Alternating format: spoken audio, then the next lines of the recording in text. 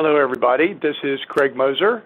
It is the 7th day of April 2020 and wanted to bring you today or this month's market brief. Hope everybody's doing well. Hope everybody is healthy.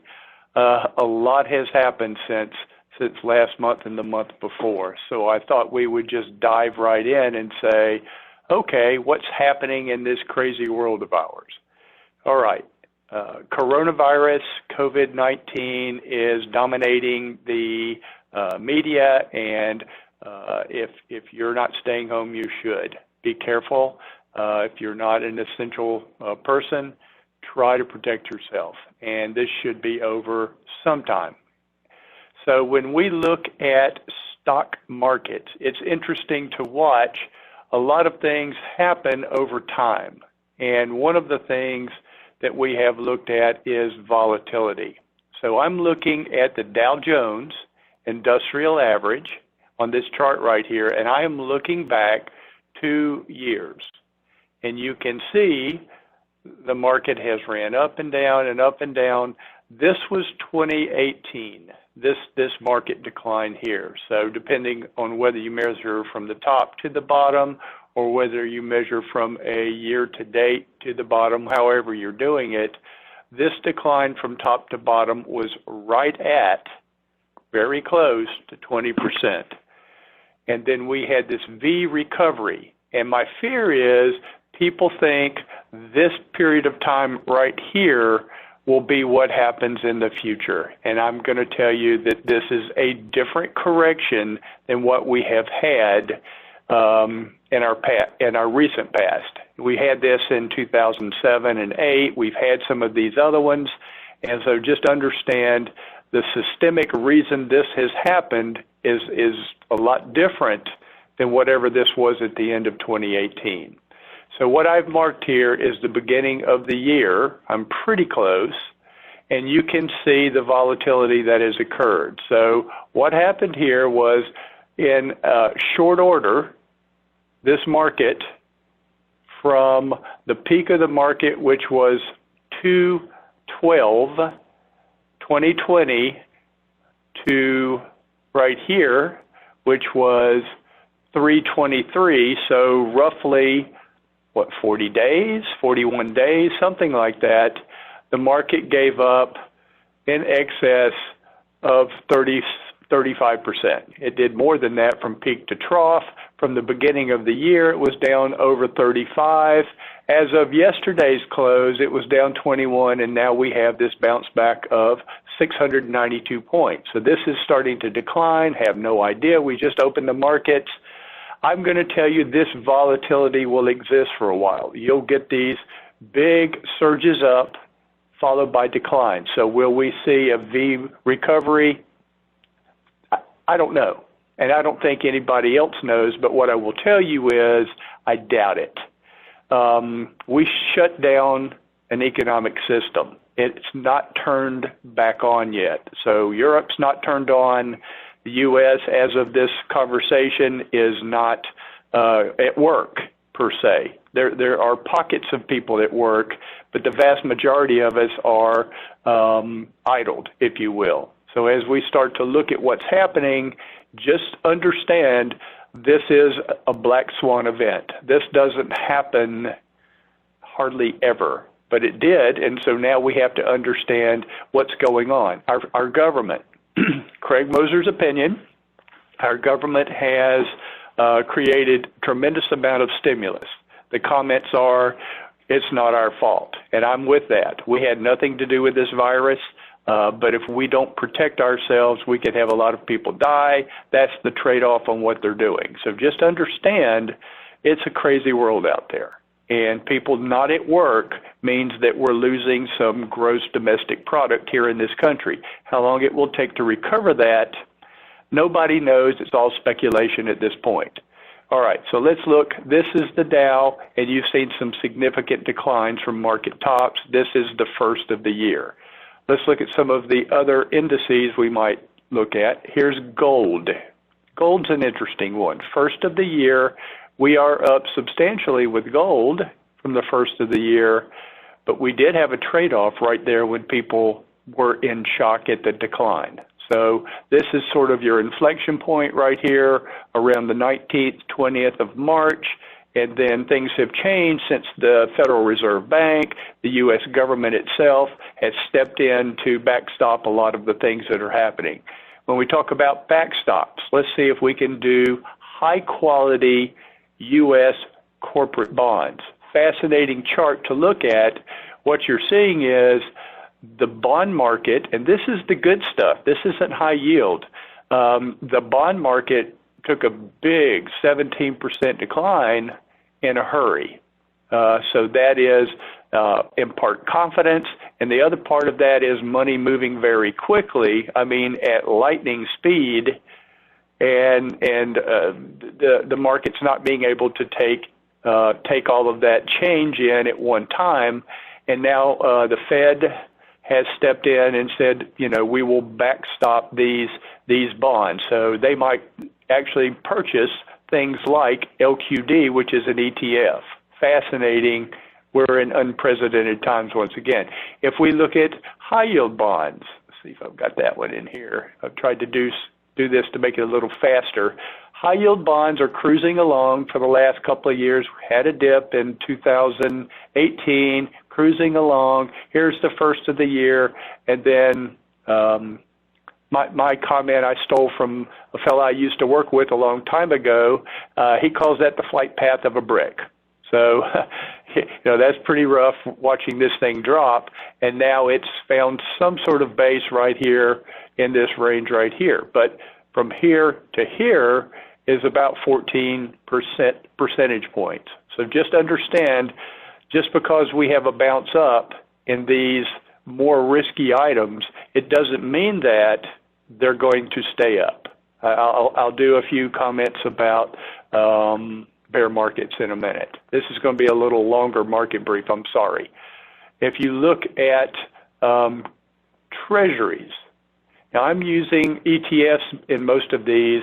This is iShares. BlackRock builds these out for us. 7 to 10 year Treasury bond ETF. And you can see really since late 2018, Treasuries have had a run up.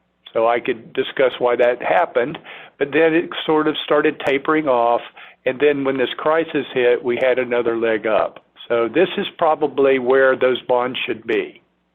This is where they are right now because of flight to safety, people wanting to be in things that are safe, and so this is where that money goes at this point. If we look at, let's see what else I have in here, Europe, Australia, and the Far East, which is an index that doesn't include China and Russia and those guys, more of the developed, sort of less communistic areas, you can see that due to tariffs and other issues, those markets were declining, tried to rally, and then took some substantial hits. Again, all of this dropped about 33 to 36, 37% before it stopped.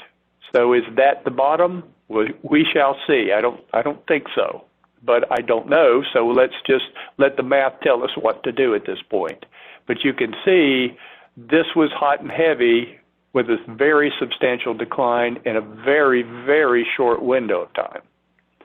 Emerging markets should be in here somewhere. Emerging markets, excuse me, again, struggling because of tariff and other issues. Ran to January and then had the same market declines, big ones in the 30s, and are trying to rally as people are trying to find a bottom on the stock markets. Is this the bottom? Again, I just don't know. Can't tell you what's happening in this world. I can tell you what has happened. So let's take a look, if we can, at just some funds and things that we might be purchasers of out there in the world. So here is, hopefully you see this. Let me make sure I've got the right picture up here. This is the U.S. equity major funds. So a lot of people buy the triple Qs. A lot of people buy the S&P 500, SPY, Vanguard Dividend, Vanguard Institutional Index, Mid Cap, Small Cap, Total Stock Market, Russell 1000, Russell 2000. These types of indexes, a lot of people just say this is an easy way to be in a particular asset class. So if we look at a one-year window, the NASDAQ 100, which houses a lot of big tech, has done the best. S&P 17 as of yesterday, down, and that's year to date, so that's a very short window, but down 17. Dividend, Institutional, Vanguard, I think that's S&P 500 as well, very similar to this one. Mid cap, small cap, and so on and so forth. You can see that the Russell 2000, which is where most of the small cap is, has taken it the worst. Russell 1000, which is the value index right here, has had a pretty hard go of it too. So looking back 12 months, you can kind of see how this worked. Down 7 is the best that we've had so far. When you look at some of those good mutual funds out there that people buy, and these are excellent funds. Vanguard Windsor, down 22 year to date. Dividend Growth, down 14. T. Rowe Price Midcap, MFS, Contra Fund, Dodge & Cox, Washington Mutual, American Funds. Good funds all, but they're not going to get you out of the markets when things go badly. So again, we're just trying to give you the data here. Let's look at a few charts. Now, this came from, I think, USA Today. Fascinating piece to me. Might not like it, but I think it's fascinating. And what this is it says, okay, let's talk about what a bear market is, at least how it's defined. So we're at a market high, and we have at least a 10-point drop. Technically, that's called a correction, okay? A 20% decline says that, hey, guess what? That's a bear market. A 20% increase is called a bull market. So are these accurate? Kind of. Not really, but kind of. But you have to at least have a benchmark to compare so that you're sort of talking the same language. So let's talk about the speed in which this decline occurred, because this was pretty amazing. With the exception of 1987, these declines, this has been a really fast one. Only the Great Depression and Black Monday in 1987 have gone faster than what we saw in the last 2 months, 2020. So you can see that this is a very significant market decline. And some of the things that you might not understand is you see this market trying to rally back. That's a normal occurrence. This is unknown territory for most investors.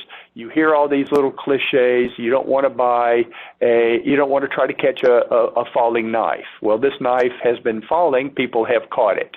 Is it going to fall further? Who knows?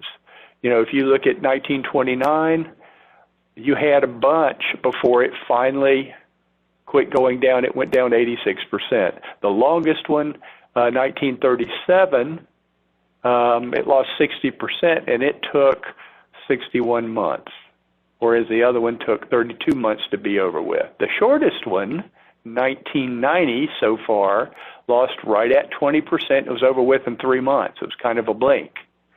And then the most recent was down a little over 56% from peak to trough.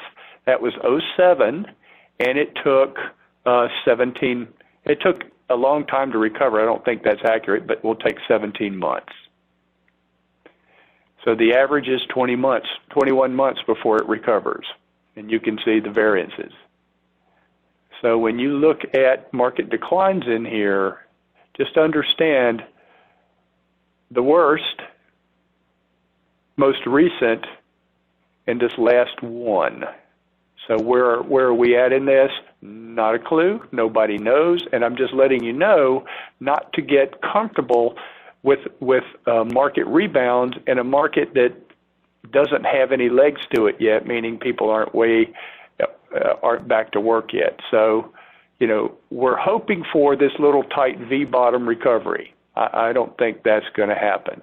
If you look at October 07 to March 2013, that was a 5-year, 5-month recovery, the red one, from here to here. Okay? So just understand these things take time to actually come back to where they were. Don't think that you're missing something by trying to jump in right in here and get back in the market, so as to say. It's a long haul before we get there. So be careful out there. Take care of yourself and understand we're in volatile times. To me, not trying to decide when this is going to happen is an important thing. Understanding what the average prices are, so I've marked that here on the screen, and understand that this is sloping down, and it'll be a ways before these two lines or these two math formulas coincide with one another, and it would be a good time to buy with a high probability of success.